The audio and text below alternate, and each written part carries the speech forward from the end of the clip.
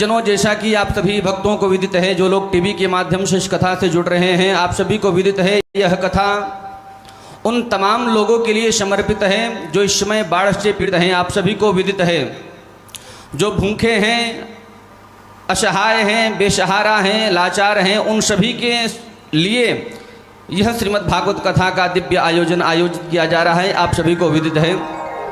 तो कथा की धारा से तो हम लोग जुड़े ही, कथा के साथ में सेवा की धारा से भी यदि हम लोग जुड़ जाएं तो सोने में सुहागा हो जाएगा। क्योंकि किसी ने बड़ी सुंदर बात कही है, कद ऊंचा तो कर लिया, ऊंचे रखें विचार, दान धर्म जो ना किया तो जीवन है बेकार। यदि मानव का तन पाकर के यदि हम लोगों ने दान नहीं किया तो हमारा मानव का जीवन व्यर्थ हो जाएगा।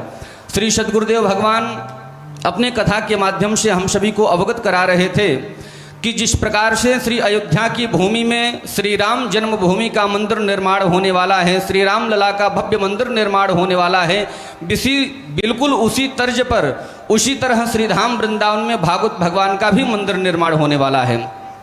तो मैं निवेदन करूंगा जो भी भक्त, क्योंकि आप लोगों ने श्री राम मंदिर के लिए तो बढ़ चढ़ करके दान दिया है, अपना हिस्सा लिया है, पुण्य के भागी बने हैं, बिल्कुल उसी प्रकार से जिस प्रकार से आप लोगों ने राम जन्मभूमि के लिए बढ़ कर के आगे आए और अपना दान प्रदान किया, बिल्कुल ठीक उसी प्रकार से जो श्री धाम वृंदावन में भागवत भगवान का मंदिर निर्माण होने वाला है, उस मंदिर के लिए भी आप लोग बढ़ कर के आगे आएँ, अपने दान का हाथ आगे लेकर के आएँ और इस मंदिर को शीघ्रातिशीघ्र निर्माण कराने में अपनी एक अहम सहभागिता प्रदान करें। और जैसा कि श्री सद्गुरुदेव भगवान अभी कथा के माध्यम से हम सभी को बता रहे थे कि एक व्यक्ति को अपने जीवन में एक बार भागवत जी का पाठ जरूर करना चाहिए। यदि संपूर्ण भागवत का पाठ नहीं कर पाता है तो कम से कम एक स्कंध का पाठ करे, वह भी नहीं कर पाता है तो एक अध्याय का पाठ करे, वह भी नहीं कर पाता है तो एक श्लोक का पाठ करे।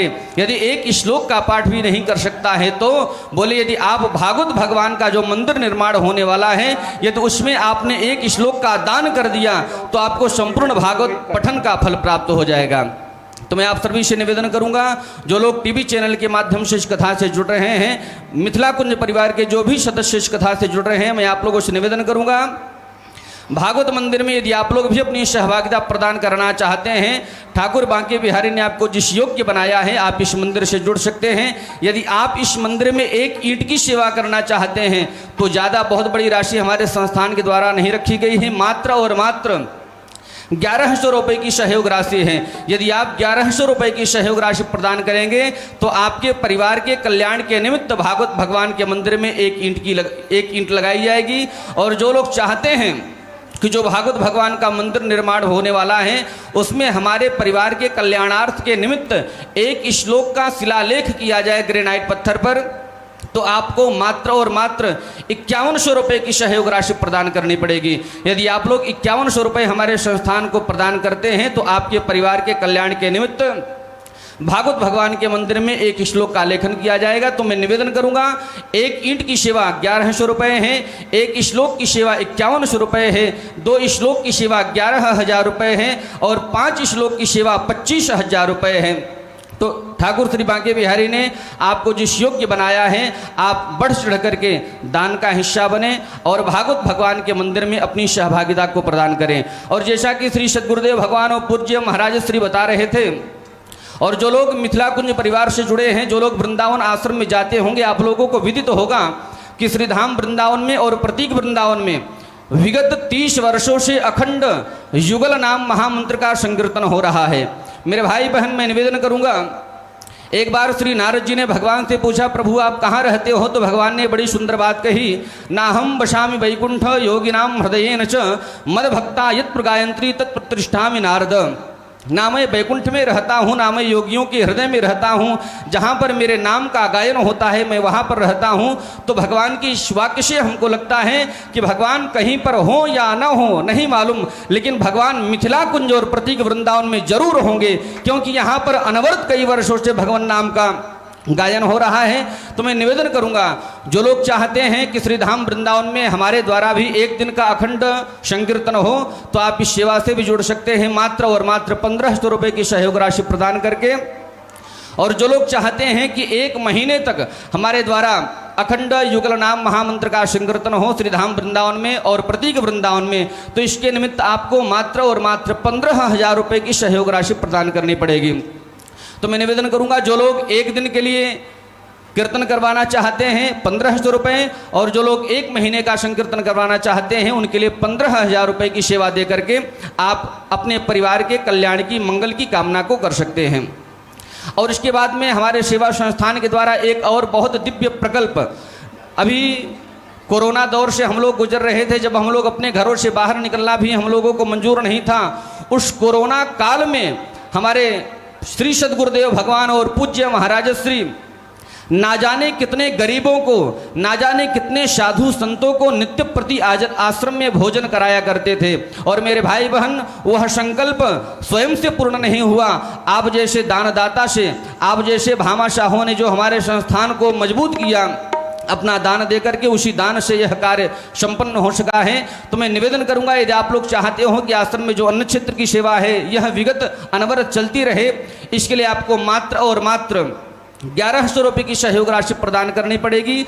और यदि आप लोग एक दिन की संपूर्ण सेवा, संपूर्ण अन्न क्षेत्र की सेवा करना चाहते हैं तो मात्र और मात्र 11,000 रुपये की सेवा रखी गई है। और यदि आप लोग चाहते हैं कि हमारे द्वारा एक दिन का अखंड संकीर्तन और एक संत के मुख में हमारे नेक कमाए गए धन के द्वारा उनके मुख में निवाला जाता रहे, तो इसके लिए आपको मात्र और मात्र एक बार में 21,000 रुपये प्रदान करने पड़ेंगे।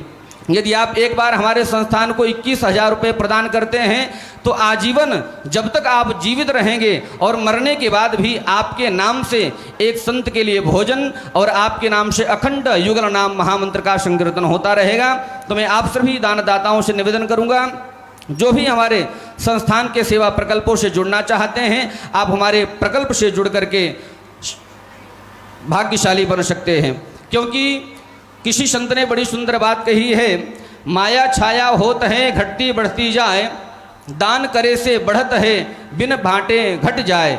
यदि आप धन को जितना सदुपयोग करेंगे, जितना दान करेंगे, आपका धन बढ़ता रहेगा। और यदि आप लोग अपने धन को दबा करके रखेंगे, धार्मिक कार्यों में नहीं लगाएंगे, तो मेरे भाई बहन आपका धन समाप्त हो जाएगा। तो मैं निवेदन करूंगा, इतनी परम पावन मुहिम चल रही है हमारे सेवा संस्थान के द्वारा श्री सद्गुरुदेव भगवान के सानिध्य में, आप लोग जरूर इन सेवा प्रकल्पों से जुड़े। क्योंकि निवेदन करूंगा, एक संत ही ऐसा है जो परमार्थ के लिए सोचता है।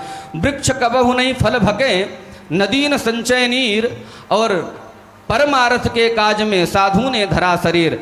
वृक्ष अपने फल को कभी नहीं खाता है, नदी अपने जल को स्वयं नहीं पीती है। इसी प्रकार से संत अपने लिए नहीं जीता है, संत तो परमार्थ के लिए जीता है। और मैं पूज्य महाराज श्री के विषय में कहना चाहूँगा, खान से निकली हर चीज हीरा नहीं होती, खान से निकली हर चीज हीरा नहीं होती, चीनी से बनी हर चीज सीरा नहीं होती। याद रख लेना भैया, दुनिया में तो है बहुत सी शख्सियत, लेकिन हर शख्सियत पूज्य महाराज श्री की तरह नहीं होती। निवेदन करूंगा, एक बार जोरदार तालियों से पूज्य महाराज श्री का स्वागत करेंगे और दोनों हाथों को जोड़ करके एक ही निवेदन करेंगे, हे गुरुदेव, आज द्वितीय दिवस की परम पावनी बेला में हम सभी को अवगाहन करा करके, गोता लगवा करके हमारे मानव जीवन को धन्य बनाए। पूज्य महाराज श्री श्री वृंदावन बिहारी लाल की जय। राधा कृष्ण स्वरूपाम्बे कृष्णं राधा स्वरूपिणं कलात्मानं निकुञ्जस्थं गुरुरूपं सदा भजे। वाञ्छाकल्पतरुभ्यश्च कृपा सिन्धुभ्यैव च पतितानां पावनेभ्यो वैष्णवेभ्यो नमो नमः। श्री वृंदावन बिहारी लाल की जय। पूज्य गुरुदेव भगवान की जय। आइए हम सब कुछ देर भगवान का नाम संकीर्तन करें, फिर पूज्य गुरुदेव के द्वारा जो हम भागवत कथा अमृत का नवदिवसीय गुरु पूर्णिमा के पावन शुभ अवसर पर कथा अमृत का रसास्वादन कर रहे हैं, उनका आनंद लें। जो करते रहोगे भजन धीरे धीरे, भजन धीरे धीरे तो मिल जाएगा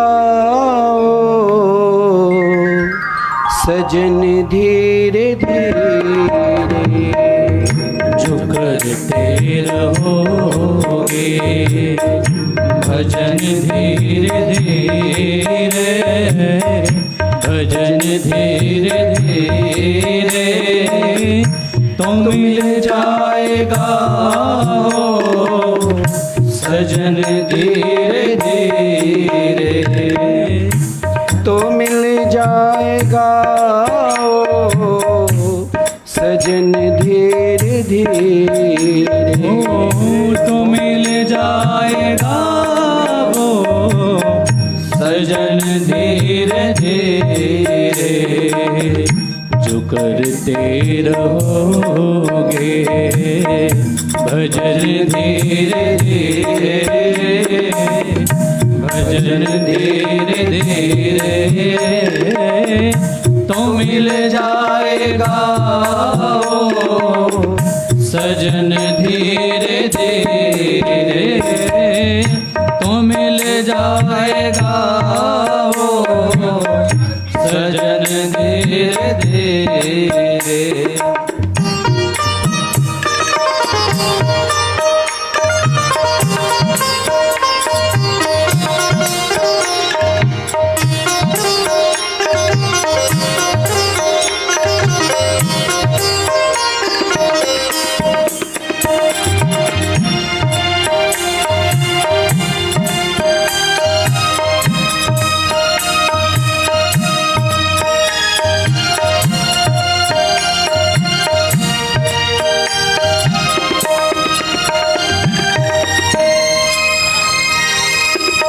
अगर हर से मिलने की दिल में तमन्ना, अगर हर से मिलने की दिल में तमन्ना, अगर उनसे मिलने की दिल में तमन्ना, अगर उनसे मिलने की दिल में तमन्ना, दिल में तमन्ना, अगर हर से मिलने की दिल में तमन्ना, दिल में तमन्ना, करो शुद्ध अंतःकरण धीरे धीरे। जो करते रहोगे भजन धीरे धीरे, भजन धीरे धीरे तो मिल जाएगा वो सजन धीरे धीरे, तो मिल जाएगा वो सजन धीरे धीरे।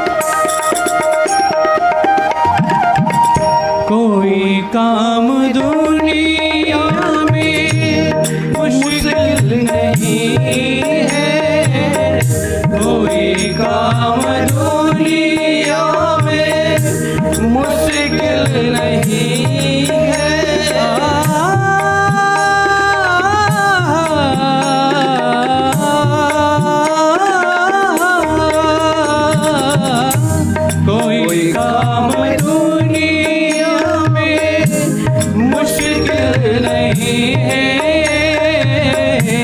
कोई काम दुनिया में मुश्किल नहीं है, मुश्किल नहीं है, कोई काम दुनिया में मुश्किल नहीं है, मुश्किल नहीं है। जो करते रहोगे जतन धीरे धीरे, जो करते रहोगे भजन धीरे धीरे, भजन धीरे धीरे तो मिल जाएगा सजन धीरे धीरे, तो मिल जाएगा सजन धीरे धीरे, तो मिल जाएगा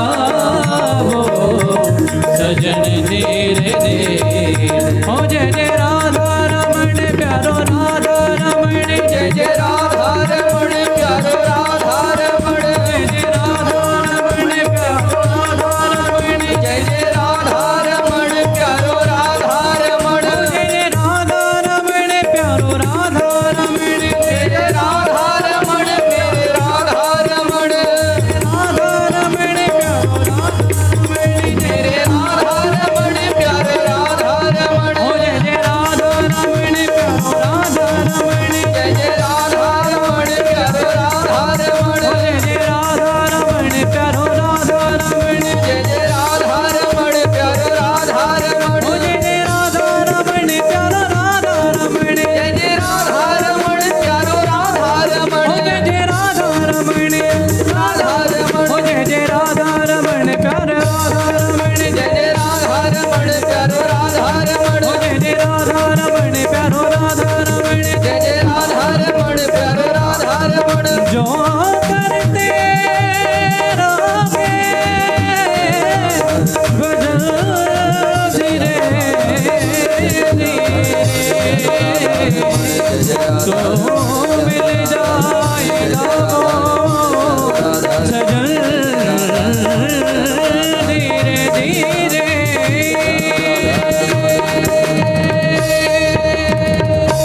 जय जय श्री राधे, जय जय श्री राधे।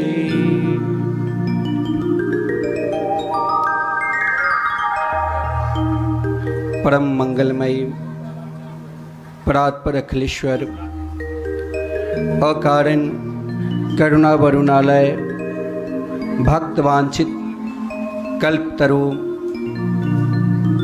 श्री नंद नंदन यशोदा के लाडले लाल श्री श्याम सुंदर के वांगमयी प्रतिमूर्ति श्रीमद्भागवत कथा के नवदिवसीय पूज्य सद गुरुदेव के आशीर्वचन के द्वारा भागवत की महिमा हम सब श्रवण कर रहे हैं। आज गुरुदेव ने हम सबको भगवान की भक्ति प्राणी मात्र को किस प्रकार करना चाहिए। संसार में ऐसा नहीं है जो भगवान की कृपा नहीं है। हमें कभी भी स्वप्न अवस्था में भी ये नहीं सोचना चाहिए कि मेरे ऊपर भगवान की कृपा है ही नहीं, क्योंकि स्वयं भागवत के महात्म्य में जिस समय भक्ति देवी और देवर्षि नारद जी का संवाद वृंदावन धाम के पावन पवित्र यमुना जी के किनारे, जहाँ स्वयं को भक्ति देवी अपना परिचय भी दिया और स्वयं को अपने आप को खिन्न भी बता दी। लेकिन संत शब्द का अर्थ ही होता है, संत किसे कहते हैं? संत यानी सम, जो सबका कल्याण सोचे। क्योंकि व्याकरण के आधार पर कहा गया है तम विस्तार धातु से संत बनता है, और संत शब्द का अर्थ ही है सम कल्याणम तनोति विस्तारयति सेवाशाम कृते असो संत, जो समस्त प्राणी के कल्याण जिसमें हो, जिस मार्ग के द्वारा हो, जिस स्थान पर हो, यही सोचे वही तो संत है। जैसे यहाँ पर संतों की सेवा चल रहे हैं, नित्य भंडारा, ऐसा ही नहीं, देखिए अन्य क्षेत्र में खड़े होकर भी जो महाराज आते हैं उनकी सेवा दी जाती है। इतना ही नहीं, प्रेम से बैठाकर आदरपूर्वक आसन दो, आदरपूर्वक भोजन कराओ, दक्षिणा दो।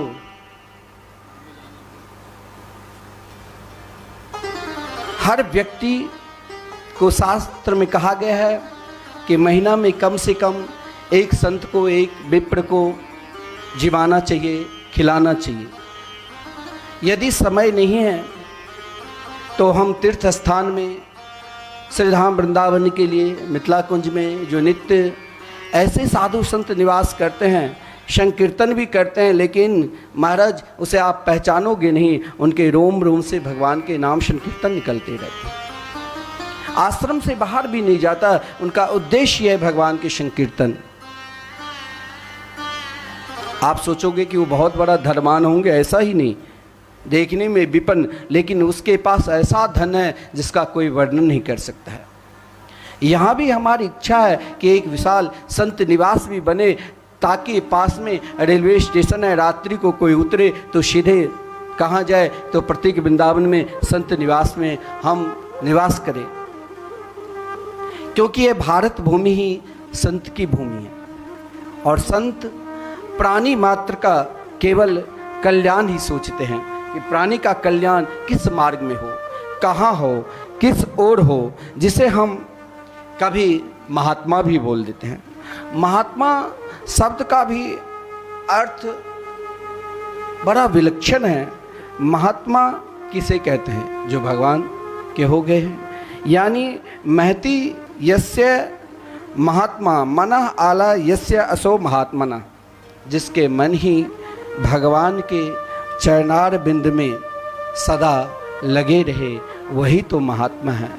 साधु शब्द का भी अर्थ बहुत बढ़िया है। भागवत में कहा गया है साधु हृदयम मह्यम, स्वयं भगवान ने कहा, और साधु नाम हृदयम तुम, साधु मेरा हृदय है और मैं उनके हृदय हूँ। लेकिन साधु शब्द का अर्थ भी बड़ा विलक्षण है। साधनोति परस्य कल्याणी यस्य स, जैसा परमात्मना कार्य उत्तम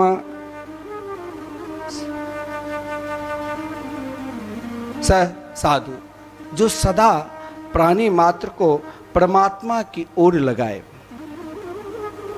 हम लोगों में एक आदत बन चुकी है, जीवन में दुख आता है तो हम घबरा जाते हैं, लेकिन संत वहाँ पर कहते हैं कि भाई घबराओ नहीं, तुम्हारे पास, बहुत लोग कहते हैं कि देखिए पड़ोसी के ऊपर बहुत बड़ी कृपा है, सुंदर फ्लैट है, लड़के बच्चे खूब धन कमा रहे हैं, किसी चीज़ की कमी नहीं है, और मेरे बच्चे बेरोजगार बैठा हुआ है, कुछ काम नहीं करता है, माता पिता दुखी है, समझ में नहीं आता है। रोज़ मंदिर में आकर ठाकुर श्री राधा मोहन बिहारी के दर्शन करते हैं, भाव यही रहता है कि हम वृंदावन में ही विराजमान हैं, जहाँ स्वयं भोलेनाथ गोपेश्वर महादेव के रूप में विराजमान हैं, जहाँ शिवलिंग में स्वयं रामेश्वर महादेव के रूप में विराजमान हैं। हम नित्य पूजन करने के लिए आते हैं। पुनः हाथ में फूलडाली लेकर, पुष्प लेकर जल भी चढ़ाते लौटते हैं तो हम मन में यही सोचते हैं कि मेरे ऊपर परमात्मा की कृपा बिल्कुल है ही नहीं। ऐसा कभी सोचना ही नहीं चाहिए।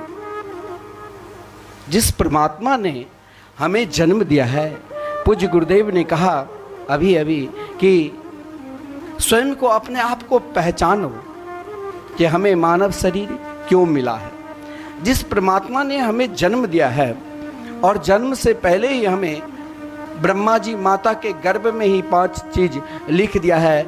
आयु कर्म वित्तंच विद्या निधन मेव च पंचेतानपि सृजन्ते गर्भस्थस्य देहिना। माता के गर्भ में ही जब हम कब तक जिंदा रहेंगे, कौन सा कर्म करेंगे, कितनी विद्या अर्जन करेंगे, कब कितना धन अर्जन करेंगे और कब मरेंगे, ये सब जब लिखा हुआ है तब हम क्यों कहते हैं कि भगवान की कृपा मेरे ऊपर है ही नहीं। सबके ऊपर कृपा है, लेकिन ना समझ हम इतना हो चुके हैं जो हर हमेशा कहते नहीं, क्योंकि मेरे अंदर जो द्वेष दूसरे के प्रति लगा हुआ है, वहाँ हम कृपा को अनादर करते हैं। और भागवत के आधार पर जिस समय देवर्षि नारद जी ने भक्ति देवी से जब महाराज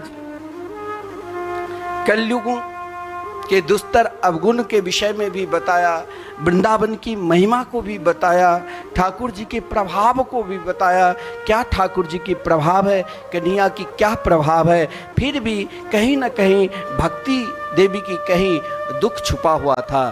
तो भगवान ने सोचा कि दुख के निवारण के लिए मेरे पास जो औषधि है वो औषधि प्रदान कर दूं। तो देवर्षि नारद जी ने यही औषधि दिया था और कहा था, वृथा खेद से बाले ओहो चिंता तुरा कथम। श्री कृष्ण चरणाम्भोजम् अस्मरं दुःखं गमिष्यति। हम लोग कोरोना काल में बहुत बेरोजगार हो गए हैं।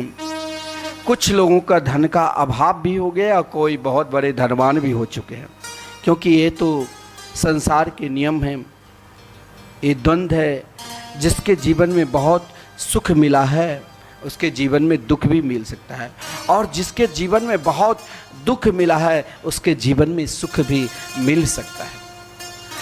सुख और दुख का स्थान अलग है, लेकिन हमें कभी ये नहीं कहना चाहिए कि हम रोज मंदिर में जल चढ़ाने के लिए आते हैं, मेरे ऊपर भगवान की कृपा नहीं है, मेरे बच्चे बेरोजगार हैं। हम खेती भी करते हैं, हम सारा काम भी करते हैं, फिर भी महाराज जो धन होना चाहिए वो धन मेरे पास नहीं है।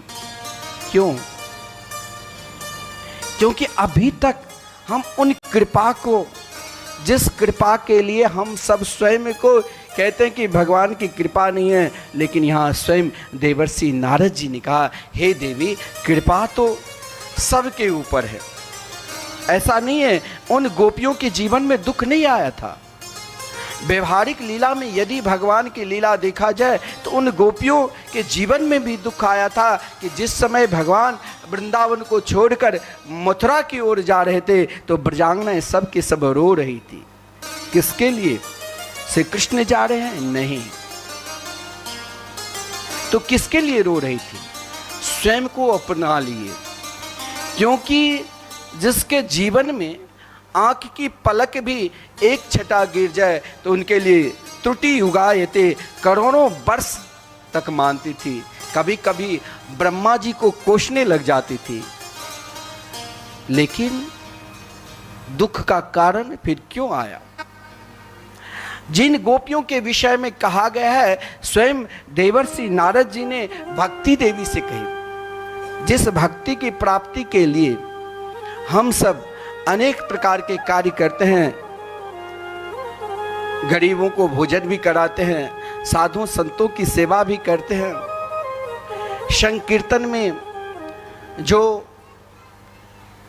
लगातार श्रीधाम वृंदावन मिथिला कुंज में संकीर्तन चल रहे हैं, उन संकीर्तन में भी हम अखंड संकीर्तन, उसमें भी हम सहयोग करते हैं। फिर भी महाराज दुख तो मेरे पीछे कहीं छोड़ा ही नहीं। धनवान से पूछो तो कहेगा भाई महाराज श्री क्या बताऊं, नींद नहीं आती है, बेचैन हूं। ऐसा भक्त है जो भक्त कहते हैं कि तो क्या बताऊं महाराज, पहले खूब आमदनी था, बिल्कुल सब आमदनी समाप्त हो गई, लगता है भगवान की कृपा नहीं है।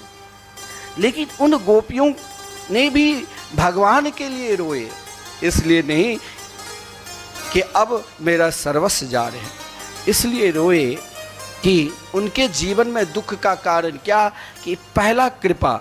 देखिए आज हम स्वयं को कहते हैं कि मेरे ऊपर भगवान की कृपा नहीं है, लेकिन भागवत स्वयं कहते हैं कि तुम्हारे ऊपर भी भगवान की कृपा है, तुम स्वयं को नहीं पहचान रहे हो। पहला ईश्वर की कृपा, दूसरा शास्त्र की कृपा, और तीसरा सद्गुरु की कृपा, और चौथा आत्म कृपा। हम तब तक ईश्वर को कोसते हैं, तब तक हम भगवान की निंदा करते हैं, तब तक हम भगवान की शरण में नहीं जाते हैं, क्योंकि हम बोलते हैं कि उनकी कृपा मेरे ऊपर नहीं है। क्यों? क्योंकि ईश्वर ने कृपा की तभी ये मानव शरीर दिया। और जब मानव शरीर, देखिए कभी कभी मानव शरीर मिलने के बाद भी हम स्वयं को भूल जाते हैं। कैसे? तो जैसे महाराज एक बार इस संसार में, ये जो संसार है, मान लीजिए गांव है प्रतीक वृंदावन बत्ती घाट, इस गांव में एक सभा हुई, जिस सभा में भगवान ने जितने प्राणी मात्र को जन्म दिया, अनंत प्राणी हैं, जीवात्मा है, कुछ जीवात्मा ने सोचा एक सभा होनी चाहिए, और उन सभा में सब एकत्रित हुए। चाहे महाराज सर्प हो, चाहे सिंह हो, चाहे मोर हो, चाहे तोता हो, चाहे सर्प हो, चाहे गधा हो, सब उपस्थित हुए, और मनुष्य भी उपस्थित हुए। एक छोटा सा आसनी रख दिया ऊंचे पे, और कहा कि आज की अध्यक्षता कौन करे। वहाँ हाथी भी था। सब कहा कि हम सियार बोले हम करेंगे।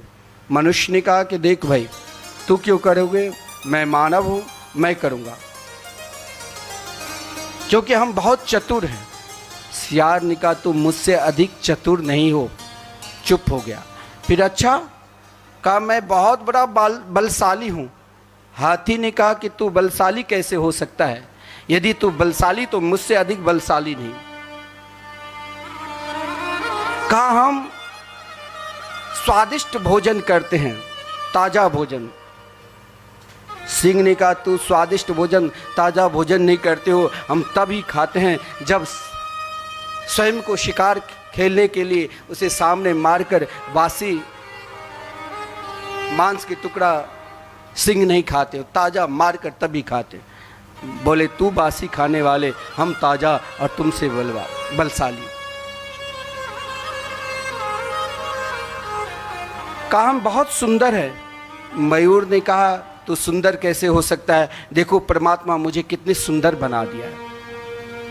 कहा हम बहुत सुंदर सुंदर फल खाते हैं। तोता ने कहा रे मूर्ख, पहले मेरे झूठन तू खाते हो, जब वृक्ष में फल पकता है तो पहले मैं खाता हूं।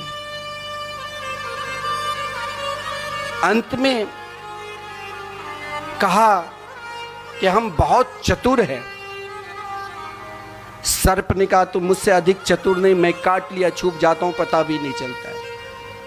अंत में थक कर बोला, अरे मैं गधा हूँ। गधा बोली, तू शांत रह, मुझसे ज़्यादा गधा नहीं। गधा के ऊपर चाहे चंदन की लकड़ी रख दो और चाहे ईंट रख दो, उन्हें कुछ पता नहीं चलता। अंत में कहा, नहीं, मेरे में एक गुण है जो तुम में नहीं है। बोले, मैं सबसे बड़ा धर्मात्मा। सब चुप। आहार निद्रा भय मैथुन च सामान्य में तत् पशु भी नारायण। खाना सोना हंसना ये तो सब में है, लेकिन मानव में एक ही गुण है, धर्म। और हम स्वयं को धर्म को नहीं पहचानते। हम दान भी देते हैं तो ऐसे जगह पर जहां कुछ कार्य भी नहीं होता है।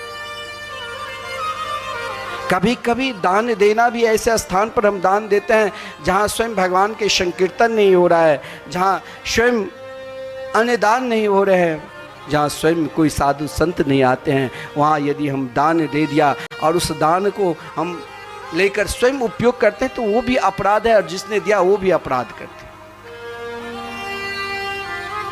लेकिन हम वही सदपात्र है, क्योंकि ईश्वर की कृपा, उन गोपियों के ऊपर भगवान ने कृपा की थी। जो श्री कृष्ण मान लो छोड़कर चले भी गए मथुरा, उन गोपियों को कभी नहीं लगा। क्यों? क्योंकि उनके निकट एक बार देवर्षि नारद जी विचरण करते हुए वृंदावन धाम आया। भक्ति देवी से कहा, वृंदावन के निकट यमुना किनारे जब देवर्षि नारद विचरण कर रहे थे तो हजारों ब्रजांगनाएं ध्यान लगा रही थी। देवर्षि नारद जी को आश्चर्य लगा कि इन ब्रजांगनाएं, ब्रज की गोपिकाएं भला किसकी ध्यान कर रही है। समाधि में सबके सब थी। देवर्षि नारद जी ने जगाया तो उन गोपियों ने कहा कि महाराज आप सब कुछ जानते हैं। देवर्षि नारद जी ने कहा, भला बड़े बड़े योगी यति सन्यासी ध्यान लगाते हैं कि अंत समय में परमात्मा की कृपा हो जाए, लेकिन यहाँ तो स्वयं उन गोपियों के आंगन में भगवान माखन चोरी किए, उनके साथ नाचे झूमे, साथ रहे। इन गोपियों की चरण धूल पे भगवान कभी लेट भी जाते थे, फिर भी ये किसकी ध्यान लगा रहे। उन गोपियों ने मुस्कुराती हुई देवर्षि नारद जी से कहा, जो दुखी है, दुखी आत्मा कभी मुस्कुरा सकता ही नहीं। जो दुख के समुद्र में गोता लगा रहे हैं वो क्या कभी मुस्कुरा सकते हैं। लेकिन ब्रजांगना ने मुस्कुराते हुई कही कि कन्हैया तो मेरे साथ है, यदि मैं गौशाला में दूध दूने के लिए भी जाती हूँ तो कृष्ण प्रेम में ऐसे डूब जाती हूँ, ऐसे डूब जाती हूँ। देवर्षि नारद जी, जो लगता है कन्हैया जब दुग्ध निकालने के लिए बैठती हूँ तो दूनी को, पात्र को फेंककर स्वयं श्री कृष्ण को पिलाने लग जाती। कभी कभी पानी भरने के लिए जाती थी तो कुआं में स्वयं अपने बच्चे को बांध देती थी, तो पीछे से कन्हैया डांट लगा देती थी, क्योंकि उनका दुख भी कृष्ण स्मरण में है। इधर देवर्षि नारद जी ने कहा, श्री कृष्ण चरणाम भोजम, हे भक्ति देवी, चिंता कभी नहीं करना चाहिए। आप तो श्री कृष्ण के सबसे प्रिय पटरानी हो। आपके कारण ही तो जहाँ ज्ञान और वैराग्य वृद्ध पड़े हुए थे, वहाँ देवर्षि नारद जी ने कहा, लगता है महाराज जो दुखी आत्मा है वो कभी चैन से सो ही नहीं सकता है। बहुत बड़ा धनवान है, धन बहुत है, लेकिन भगवान के शरणागति स्वीकार नहीं किए हैं तो दुखी ही रहेगा। क्योंकि चैन से रहना, हर स्थिति में, हर परिस्थिति में चैन से रहना, समझ लो यही तो भगवान की कृपा है। ईश्वर की कृपा जिस प्राणी पर हो जाए, उसके ऊपर अगर तनिक हम सत्संग नहीं किए हैं जीवन में, तो हो सकता है ईश्वर की कृपा समझ में नहीं आता है। अगर हम अपने जीवन में सत्संग में रुचि लगा दी, तो दूसरा है शास्त्र की कृपा। शास्त्र यानी हम घर पे भी बैठकर श्रीमद् भागवत महापुराण के पाठ कर सकते हैं। घर पे ही बैठकर हम रामचरितमानस की पाठ कर सकते हैं, गीता, अन्य धार्मिक ग्रंथ। और यदि हम बार बार उन शास्त्र के चिंतन करते करते, और शास्त्र का चिंतन, भागवत पाठ हम क्यों करते हैं, गीता पाठ क्यों करते हैं, कि सत्संग में रुचि हो जाए। जिस दिन से प्राणी मात्र को सत्संग में रुचि हो जाए, मान लेना कि मेरे ऊपर शास्त्र की कृपा हो चुकी है। और पूज्य सद्गुरुदेव जैसे महापुरुष सद्गुरु के रूप में मिल जाए, जिसके रोम रोम में भगवान के नाम निकलते हैं, जो यदि जीते भी है तो भगवान के लिए, चलते भी है भगवान के लिए, सोचते भी है भगवान के लिए। पहले ईश्वर की कृपा जो हम स्वयं को पहचाने, और फिर शास्त्र की कृपा, और तीसरा है सद्गुरु की कृपा। सद्गुरु की कृपा समझ में कब आता है, तो जिस दिन ये मन कहने लग जाए कि आज से हम किसी की निंदा नहीं करेंगे। क्योंकि संसार में सबसे अत्यधिक यदि कुछ पाप है तो मत्सर रूपी पाप। भागवत में स्वयं भागवत कथा जब प्रारंभ हुई,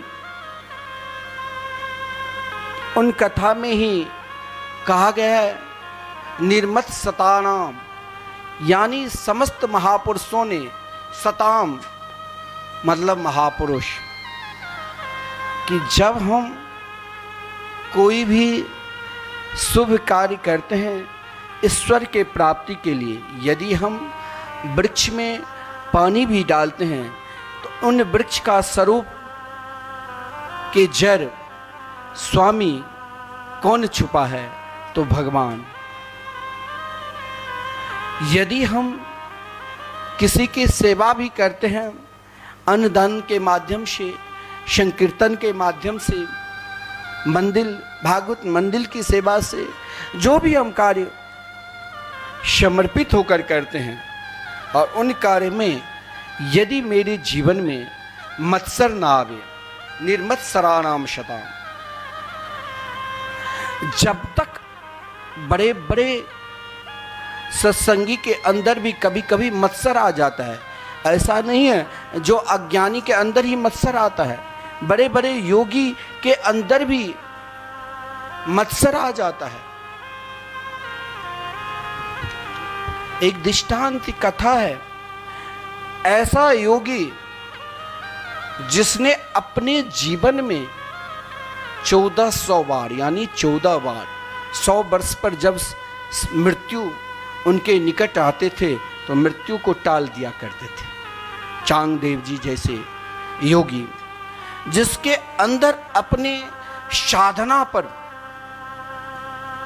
अति विश्वास हो गया था।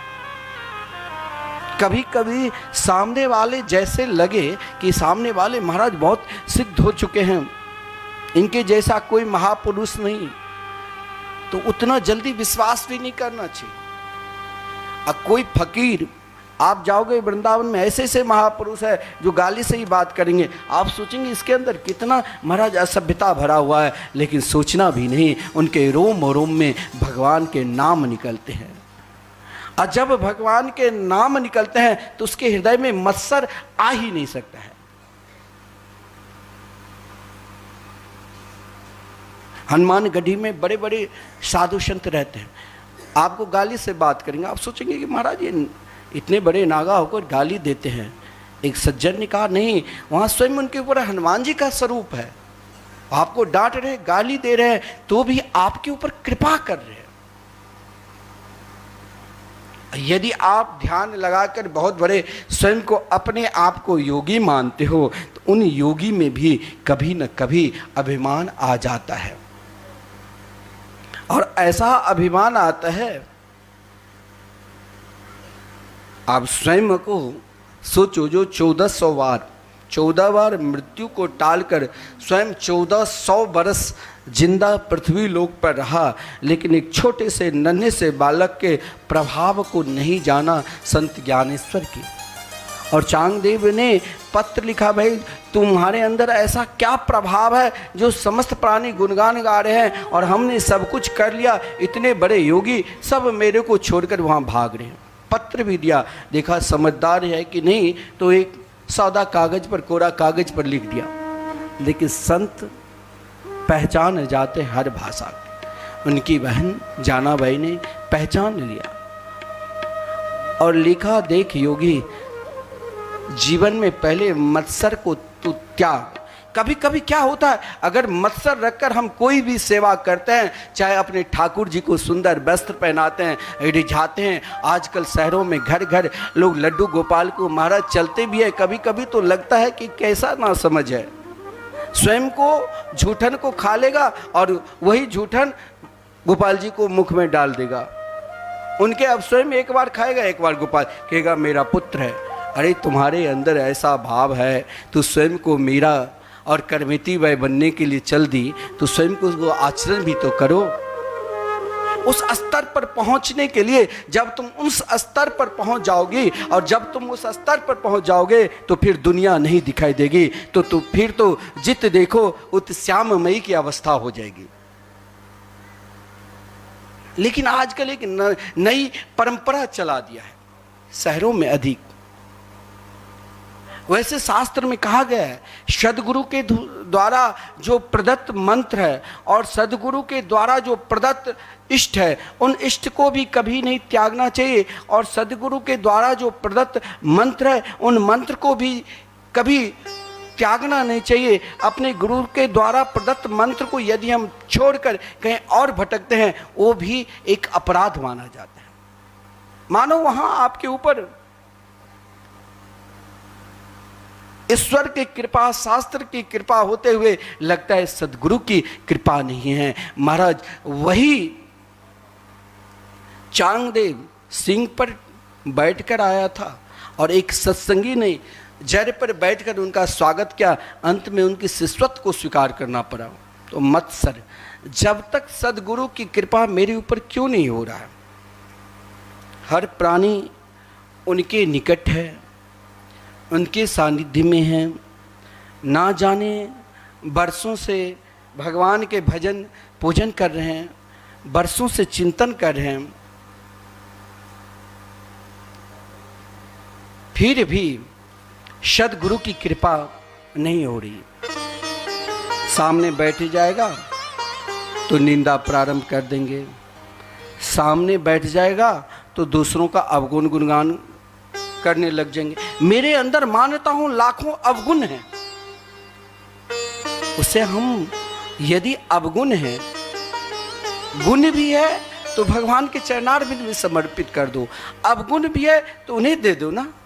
जब हम स्वयं को उनके हो गए और फिर भी मेरे अंदर अवगुण हो है, तो सामने वाले क्यों रिसर्च कर रहे हैं? सामने वाले को भाई स्वयं को अपना कल्याण, अपना उद्धार के लिए जो सद्गुरु के द्वारा प्रदत्त जो साधना है, सद्गुरु के द्वारा जो प्रदत्त मंत्र है, उन मंत्र के सहारे चलो ना।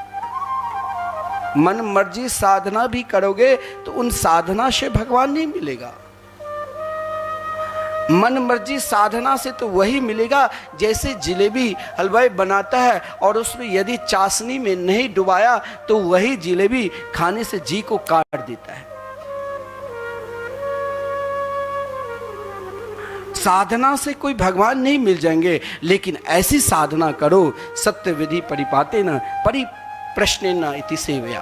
भगवान गीता में कहा कि महापुरुषों के द्वारा, सद्गुरु के द्वारा जो प्रदत्त मंत्र है, इन मंत्र को ही अपने जीवन का सर्वश्रेष्ठ नौका मान लो। नौका को चलाने वाले कौन मिलेगा? नौका का चलाने वाले पतवार सद्गुरु की मंत्र है। मंत्र के सहारे से आप चाहोगे तो दुनिया को बस में कर सकते हो। मंत्र में वो शक्ति है, मंत्र में वो अपार से अपार शक्ति भरा हुआ है, जो समस्त शक्तियां स्वयं को आ जाती है। कहा गया है यथा तरोल मूल निषेचनेन तृप्यन्ति तत् स्कंद मुजोप शाखा। जैसे हम वृक्ष के जड़ में पानी डालते हैं, तो अब जैसे अपने बगीचा है राधा बाग, हजारों वृक्ष है आम के, अब उसके जड़ में हम पानी डालते हैं, जड़ सुरक्षित होता है तो अपने आप डालियां, पत्ते, पुष्प, फल हम स्वयं ग्रहण करते हैं। हजारों डालियां हैं, लाखों पत्ते पुष्प है, सब आनंदित होते हैं। उसी प्रकार यदि हमने विश्वास पूर्वक, तीसरा जो कृपा है, भागवत तो आप सब श्रवण ही किए हैं और प्रायः भागवत का प्रसंग भी हम सब जानते हैं। भक्ति महात्म्य, भक्ति ज्ञान वैराग की कथा है, धुंधकारी चरित्र है। लेकिन जीवन में भागवत का एक ही श्लोक का अभाव यदि हमने उतार लिया तो भागवत सुनने का फल मिल जाता है। सद्गुरु की कृपा, जिस दिन चाहे हम आपसे द्वेष करें, हम आपसे ईर्षा करें, हम आपकी निंदा करें, फिर भी आप कुछ उत्तर ना दो, निरुत्तर हो जाओ। हम जानते हैं, आप भी जानते हैं, लाखों हर व्यक्ति के अंदर अवगुण है, हर व्यक्ति के अंदर गुण है, फिर भी आप निरुत्तर होकर स्वयं सद्गुरु के द्वारा जो प्रदत्त मंत्र है, उन मंत्र के सहारे यदि आप ले लिया तो मैं विश्वास के साथ भागवत पीठ पर आपको विश्वास दिलाता हूँ, आप स्वप्ना अवस्था में भी किसी के अवगुण और किसी के प्रति मत्सर रख ही नहीं सकते हैं। आजकल महाराज लोग स्वयं को अपने दुख से दुखी नहीं है। आजकल ऐसी समस्या हो गई है, स्वयं को दूसरे के दुख से दुखी है। और जब हम स्वयं दूसरे के दुख से दुखी हो जाएंगे तो फिर घर में कलह, परिवार में कलह, क्योंकि हम अपने घर की, परिवार के पति पत्नी में दुख से दुखी नहीं है, लड़के बच्चे से दुखी नहीं है। हमने आज तक जो दूसरों की निंदा की है, दूसरों को उन्नति को देखकर हम स्वयं घबरा जाते हैं। वो दुख हो, क्रोध तो कहीं ना कहीं, मान लीजिए मेरे अंदर क्रोध है तो कोई सामने वाला पड़ा और हमसे अधिक बलशाली है तो हम वहाँ चुप होकर बैठ जाते हैं, लेकिन वो हमसे कमज़ोर है तो हम उसके ऊपर अपना प्रभाव दिखाने लग जाते हैं। मेरे अंदर जितने भी क्रोध है, यानी हम दूसरे के ऊपर ईर्ष्या की, वो सामने वाले को हम सामने कुछ बोल ही नहीं सकता है, वही ईर्ष्या, वही दोष एक रस बन जाता है, और जिस रस का नाम ही है क्रोध, और वही क्रोध अनेक दुख का कारण हो जाता है। बहुत लोग कहते हैं घर में अशांति है, कहीं भूत प्रेत तो नहीं लगा है, कुछ नहीं, आपके अंदर मत्सर है जिस कारण अशांति है। आप कभी ईश्वर को, कृपा को माना ही नहीं। यदि आप ईश्वर को, कृपा को मानकर चलते तो कभी आप दुखी नहीं होते। जिस ईश्वर ने आपको मानव शरीर दिया, उन ईश्वर को आप कभी याद किए ही नहीं, केवल नाचने गाने झूमने में ही लगे हैं। फिर हम कहते हैं कि ईश्वर की कृपा नहीं है, कहते हैं शास्त्र की कृपा नहीं है, जब आपको स्वयं को सत्संग में रुचि नहीं हो रही है। देखो यहाँ तो प्रत्येक वृंदावन में ऐसा संस्कार पूज्य गुरुदेव ने दे दिया, जो हर व्यक्ति भगवान के प्रति ऐसा प्रेम है, भाव है, माता बहन भाई सब इतना मधुरमय युगल नाम महामंत्र का संकीर्तन कर रहे हैं। मैंने कहा भैया कुछ देर इन संकीर्तन को लोगों को सुनाओ, जिससे शांति मिलेगी।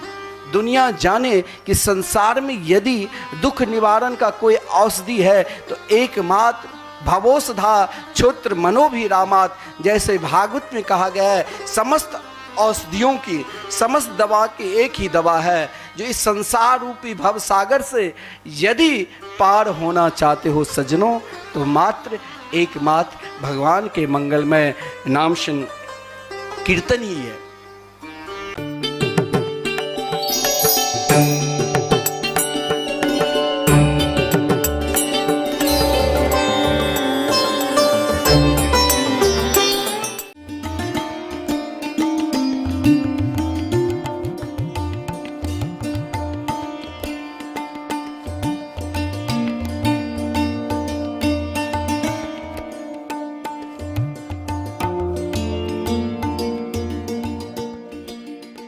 सभी सुखी हों, किसी को भी दुख का सामना न करना पड़े, यही कामना है परम पूज्य द्वाराचार्य जगत गुरु निम्बारकाचार्य श्री मुकुंद देवाचार्य पीठाधीश्वर श्री राधेश्याम शरण देवाचार्य जी महाराज की।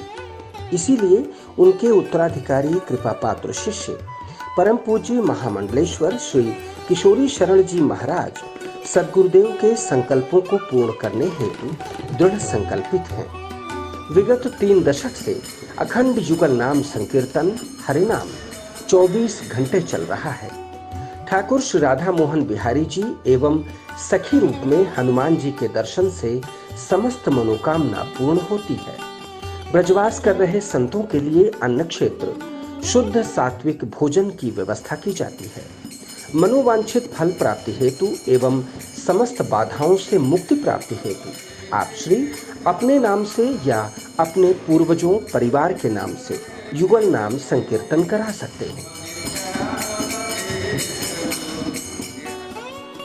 संतों के भोजन भंडारा दक्षिणा सहित में सम्मिलित हो सकते हैं। एक दिन का संकीर्तन 1500 रुपए, एक माह का संकीर्तन 15,000 रुपए, 5 संतों का भोजन 500 रुपए, 51 संतों का भोजन 5100 रुपए, 21,000 दान देकर आजन्म एक संत के भोजन का पुण्य फल प्राप्त करें। मरणोपरांत भी आपके नाम से यह सेवा चलती रहेगी और आप संस्था के आजीवन सदस्य होंगे। एटीजी के अंतर्गत आयकर मुक्त संस्था का अकाउंट।